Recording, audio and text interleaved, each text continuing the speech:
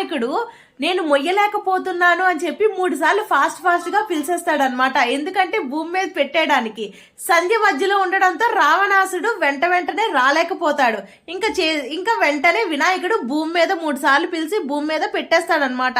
రావణాసురుడు వచ్చేసరికి లింగం భూమి మీద ఉండడం చూసి అది తీయడానికి చాలా ప్రయత్నిస్తాడనమాట. కానీ లింగం రాదు. ఎందుకంటే శివయ్య ముందే చెప్పారు, నువ్వు ఎక్కడ అది కింద పెడితే అక్కడ ఉండిపోతుంది, నువ్వు తీయలేవు అని చెప్పి. ఇంకా రావణాసురుడికి పట్టనంత కోపం వచ్చేసి వినాయకుడిని తల మీద కొడతాడనమాట.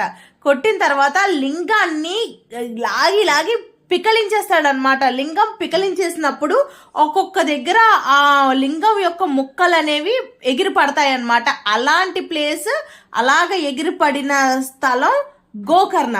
ఎవరైనా సరే గోకర్ణ వెళ్తే అక్కడ ఆలయంలో చూడొచ్చు మీరు, అక్కడ శివ